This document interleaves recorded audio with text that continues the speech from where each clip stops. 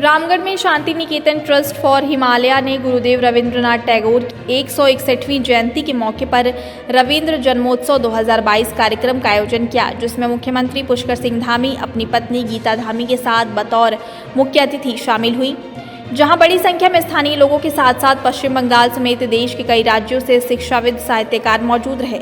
इस कार्यक्रम में मल्ला रामगढ़ के टैगोर टॉप तक सांस्कृतिक कलश यात्रा निकाली गई, जिसमें राजकीय उच्चतर माध्यमिक विद्यालय रामगढ़ के विद्यार्थियों ने कुमाऊनी परिधानों में सज धज कर सांस्कृतिक कार्यक्रमों की प्रस्तुति दी।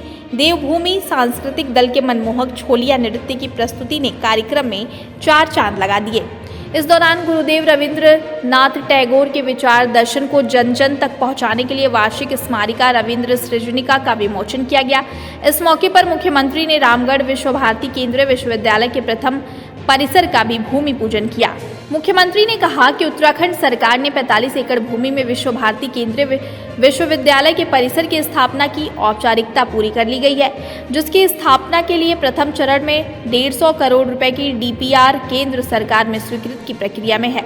आपको बता दें कि रामगढ़ क्षेत्र के टैगोर टॉप स्थित गुरुदेव रविंद्रनाथ टैगोर की कर्मस्थली, जहां उन्होंने 1901 से 1904 के बीच कई बार अपनी चर्चित कविता संग्रह शिशु समेत गीतांजलि के कुछ भागों की रचना की, जिसके लिए उन्हें 1913 में साहित्य का नोबेल पुरस्कार मिला, जो किसी एशियाई को पहला नोबेल पुरस्कार था।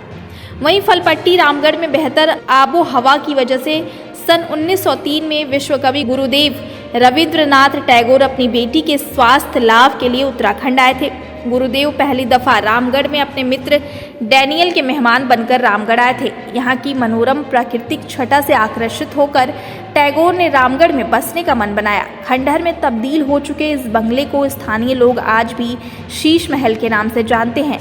बाद में टैगोर ने रामगढ़ में खुद का बंगला बनवाया, जिसके खंडहर आज भी मौजूद है। इस जगह को अब टैगोर टॉप के नाम से जाना जाता है। फिलहाल अब विश्व भारती केंद्रीय विश्वविद्यालय उत्तराखंड को भारत के प्रमुख शिक्षा केंद्र के रूप में स्थापित होने का मौका मिलेगा। वहीं स्थानीय युवाओं के लिए स्वरोजगार के नए अवसर उपलब्ध होंगे। साथ ही यह परिसर राष्ट्रीय और अंतर्राष्ट्रीय पर्यटक समेत शोधार्थियों को भी राह दिखाएगा। गुरुदेव रविंद्रनाथ टैगोर की ये कर्मस्थली रही है और इस कर्मस्थली में उस युग पुरुष ने एक वृक्ष स्थापित किया अपने, जिसको शीश महल कहते थे पहले, उसके सामने, कि उनकी सोच देखिए, अपने आंगन में, अपने प्रांगण में एक ऐसा वृक्ष रोपित किया जो कि खत्म के कगार में है और जो अपने आप की एक प्रजाति है विश्व में, पूरे विश्व में अपने मतलब एकमात्र प्रजाति बची है। अब इसके पौधे, इसका नाम है गिंगो बाइलोबा।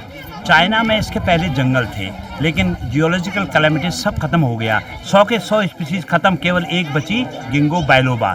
यह प्लांट मेडिसिनली इम्पोर्टेंट है, ऐतिहासिक दृश्य है और एस्थेटिक वैल्यू है जब जापान और चाइना में इस पौधे की इम्पोर्टेंट। तो ये बात को ये दर्शाता है कि गुरुदेव की सोच कितनी व्यापक थी। उन्होंने इस पौधे को संरक्षित करने के लिए स्थान चुना और आज जनमानस के साइंटिफिक दृष्टि से देखें, ये पौधा अत्यधिक महत्वपूर्ण है। कोई एमएससी बिना इस पौधे को पढ़ करके क्रॉस नहीं कर सकता है बॉटनी में, या वो बॉटनी में पढ़ेगा या वो बीएससी में पढ़ेगा बॉटनी, तो बिना इस गिंगो बाइलोबा के ऐतिहासिक प्लांट के बारे में जिसको हम जीवित जीवाश्म कहते हैं, वो ये धरोहर है हमारी। और सौभाग्यवश क्या है, मैक्सिमम लोगों ने कटिंग लगाई है वो फीमेल प्लांट है, लेकिन यहाँ का जो प्लांट है ये एकमात्र मेल प्लांट है, नर पौधा है। तो ये इसकी महत्ता है। आज हम गुरुदेव के कारण, एक ऐसे युग दृष्टा के कारण सारे क्षेत्रवासी इकट्ठा हुए हैं और इस बाजी में हम तो कह रहे हैं वो ऐसा युग पुरुष था जिसके अंदर देवत्व था, तभी तो स्थान का चयन हुआ है। मैं तो यह स्थान पहुँच के हम सब धन्य हो गए हैं। और इस आयोजन को, इसके आप अल्टीमेटली यहाँ पर जो गुरुदेव रविंद्रनाथ टैगोर के नाम से या गीतांजलि परिसर यहाँ पर स्थापित होने वाला है, ये हम सब के लिए सौभाग्य की बात है।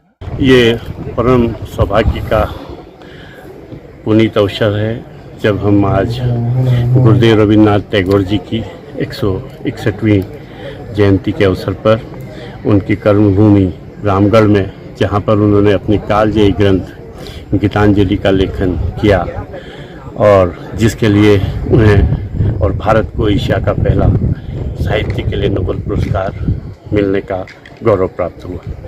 गुरुदेव केवल एक साहित्यकार ही नहीं थे, वो युगदृष्टा थे, प्रकृतिवादी थे, मानवतावादी। दुनिया को भारत से और भारत को दुनिया से जोड़ने का जो पहला काम गुरुदेव के माध्यम से ही इस देश के लिए हुआ। इस देश के विश्व धरोहर के रूप में जाने जाने वाले राष्ट्रीय गान का लेखन गुरुदेव ने ही किया था। ये हम लोगों के लिए बड़ा गौरव और पुनीत अवसर इसलिए भी है कि इस भूमि को, जिसको हम देवभूमि के नाम से जानते हैं, गुरुदेव ने अपनी कर्मभूमि बनाया, जिसमें उन्होंने गीतांजलि का लेखन किन भी परिस्थितियों में किया, क्योंकि दुनिया जानती है कि प्रकृति के क्षेत्र में इस क्षेत्र का एक अनुपम धरोहर है। अपनी छोटी प्यारी बेटी रेणुका जी को लेकर के गुरुदेव यहाँ उनके स्वास्थ्य लाभ के लिए क्षय रोग से पीड़ित बेटी को लेकर आए थे। उनके मित्र डेनियल, जो कि स्वीडन वासी थे, उनके आवास पर यहाँ रहे और यहाँ आकर के जब उनको ये प्रकृति, जहाँ पर से हिमालय के दिव्य दर्शन होते हैं, जहाँ से हम देखते हैं कि सफ़ेद बुरास आज भी जीवित है, ऐसे प्रकृति लोक में आकर के उन्होंने अपनी गीतांजलि के लिए इस भूमि को चुना और यहीं पर उन्होंने उस सपने को सजोया जिसकी के दर्शन हमको शांति निकेतन विश्व भारती में होते हैं, लेकिन वो सपना उनके द्वारा यहीं देखा था।